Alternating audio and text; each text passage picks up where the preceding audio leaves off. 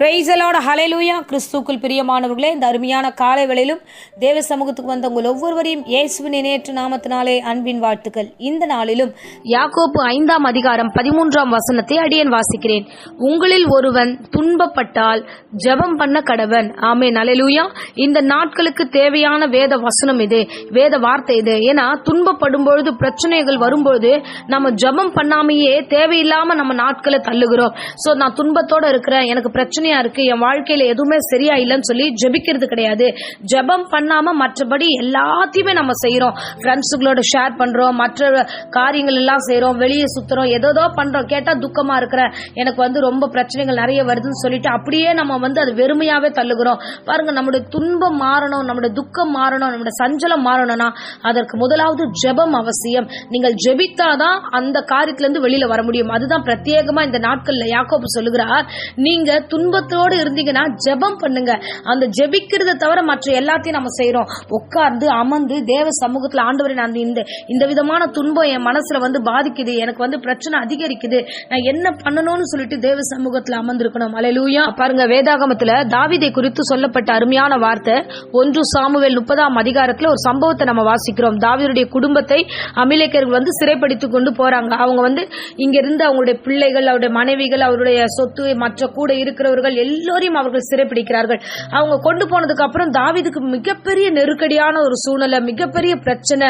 அவன் அந்த இடத்துல அவனுடைய ஜனங்களை பார்க்கணும்னு நினைக்கும் போது அவங்க யாருமே இல்லைன்னும் போது ஒரே கலக்கத்தோடு அவன் காணப்படுகிறான். அந்த இடம் எல்லாம் சுட்டரிக்கப்படுகிறது. அவங்க இருந்த இடத்த அவங்க வந்தவர்கள் எல்லாத்தையும் நாசம் பண்ணிட்டாங்க. இப்போ இந்த சூழ்நிலையில தாவீதுக்கு விரோதமாக கூட இருக்கிறவங்களும் இழந்துக்கிறாங்க. என்ன, தாவீதோடு இருந்தது நம்ம பண்ண தப்பு பண்ணிட்டோம், நம்ம இந்த பிரச்சனையில இவன் கூட இருந்துட்டோம் அப்படின்னு சொல்லி கூட இருக்கிறவங்களே இவனை கல்லடிச்சு அடிக்கணும்ன்ற அளவுக்கும் பிரச்சனைகள் மாறுகிறது.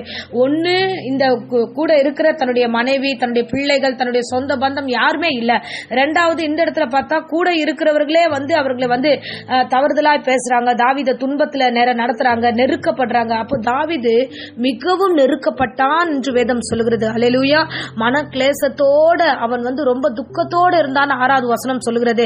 அவனை குறித்து வாசிக்கிறோம். இப்பேற்பட்ட சூழ்நிலை தாவீது என்ன பண்ணார்?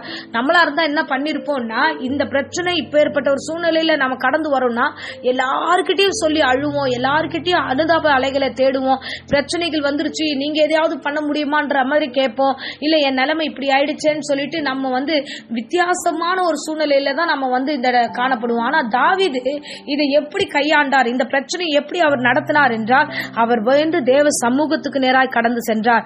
8வது வசனத்துல வாசிக்கிறோம், தாவீது கர்த்தரை நோக்கி, ஆண்டவரே என்னுடைய பிரச்சனை இவ்விதமா இருக்கிறது, நான் எல்லாத்தையும் திருப்பிப்பேனா, நான் எல்லா சொந்தத்தையும் நான் மறுபடியும் போய் நான் இந்த இடத்தை கொண்டு வர முடியுமா, நீங்க சொல்லுங்க ஆண்டவரே, இந்த துன்பத்திலிருந்து எனக்கு விடுதலை கொடுங்க ஆண்டவரே என்று அவன் ஜெபிக்கிறான். ஜெபிக்க உட்கார்றான். ஆண்டவர் பேசுகிறார். பேசின மாத்தத்திலே சகலத்தையும் அவன் திருப்பி கொண்டான் என்று வேதம் சொல்கிறது. சகலத்தையும் திருப்பி கொள்வான் என்று கர்த்தருடைய வார்த்தை வந்த உடனே அவன் கடந்து போய் அந்த பிரச்சனைகளை ஃபேஸ் பண்ணுகிறான். அல்லேலூயா. அருமையான பிள்ளைகளை, பிரச்சனைகள் எல்லோருடைய வாழ்க்கையிலும் வரும், துன்பங்கள் எல்லோருடைய வாழ்க்கையில வரும். சோ துன்பப்படுகிற சூழ்நிலை ஆகட்டும், அந்த பிரச்சனைகள் வரும்போது நம்ம துக்கப்படுற பிரச்சனையா காரியமாகட்டும், அதை நீங்கள் சந்திக்கும் முறை ஒன்று இருக்கிறது. நீங்க அப்படியே அமர்ந்திருந்தீங்கன்னா அந்த துக்கம் அதிகரிக்கும். அதுதான் யோபு சொல்லுகிறார், நான் இருந்த இடத்துல எனக்கு துக்கம் அதிகரித்தது என்று சொல்லுகிறார்.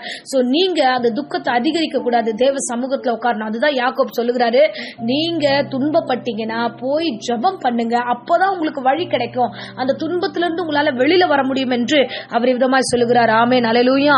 ஒன்று குறைவுபடாமல் போய் தாவீது எல்லாவற்றும் திருப்பி கொண்டு வந்தான் என்று நமக்கு வேதம் சொல்லுகிறது.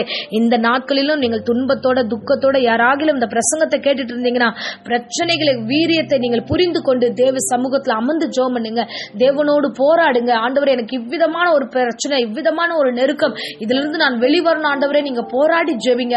நிச்சயமாய் கர்த்தர் உங்களை வெளியே கொண்டு வர வல்லமுள்ள தெய்வமாய் இருக்கிறார். அல்லேலூயா. சோர்ந்து போகாதீங்க.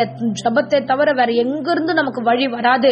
ஜெபத்தை தவிர, தேவ சமூகத்தை தவிர நமக்கு எங்கும் பலனும் கிடைக்காது. பாருங்க, இயேசு கிறிஸ்துவே ஒரு மிகப்பெரிய துன்பத்தின் மத்தியில, ஒரு உபத்திரவத்தின் மத்தியில, எப்பேற்பட்ட ஒரு சிலுவை தூக்க போறமேன்ற ஒரு கலக்கத்தோடு அவர் கடந்து போகும்போது அவர் ஜெபித்தார் என்றுதான் வேதம் சொல்லுகிறது. அவர் அப்படியே அந்த சிலுவையின் பாடுகளுக்கு நேராக கடந்து போல, அவர் கெத்செமனே தோட்டத்துல ஜெபித்தார். அவர் ஜெபித்து அங்க பலம் பெற்றுக்கொண்டார். அதிலிருந்து சிலுவையில வெற்றி சிறந்தார். நீங்களும் துன்பப்படுகிற சூழ்நிலை இந்த நேரத்துல ஜெபம் பண்ணுங்க. காலை நேரத்துல ஜெபம் பண்ணுங்க, ராத்திரி நேரத்துல ஜெபம் பண்ணுங்க. இந்த பிரச்சனை மாறும் வரைக்கும் ஆண்டவரே நான் என்ன பண்ணணும் என்று கேட்டு ஜெபம் பண்ணி ஜெயத்தை பெறுங்க. அதுதான் புத்திசாலித்தனம். இன்றைக்கு ஆண்டவர் ஒரு ஆலோசனையா சொல்லுகிறார். பிரச்சனையா, துன்பமா, அழுகையா, துக்கமா, ஜெபம் பண்ணு. நீங்க ஜெபம் பண்ணீங்கன்னா இந்த காரியத்துல கர்த்தர் ஆலோசனை கொடுத்து தாவீதை வெளியே கொண்டு வந்தது போல சகலவற்றையும் நீங்கள் திருப்பிக் கொள்வீர்கள். சகல சமாதானத்தையும் உங்கள் வீடுகளுக்குள்ள நீங்கள் காண்பீர்கள். ஆமென். இப்பொழுதும் அடியேன் உங்களுக்காக ஜெபிக்கிறேன். அன்பு ரட்சகா, இந்த வேளையில ஆண்டவரே பிள்ளைகளுக்காக ஜெபிக்கிற ராஜா, துன்பத்தோடு ஆண்டவரே யாராகிலும் இந்த பிரசங்கத்தை கேட்டிருந்த ஆண்டவரே ஜெபம் மட்டும்தான் வழி என்று இன்றைக்கு பேசின வார்த்தையின்படியே கர்த்தாவே ஆண்டவரே இந்த பிள்ளைகள் ஆண்டவரே அதிகமாய் ஜெபிக்கிற ஆவினால் நிரப்புங்க, ஆசீர்வதிங்க.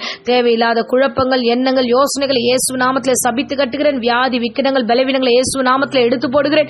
கர்த்தருடைய வல்லமை கூட இருக்கட்டும். பிசாசனுடைய தந்திரங்களுக்கு இந்த பிள்ளைகள் எதிர்த்து நிற்கட்டும்.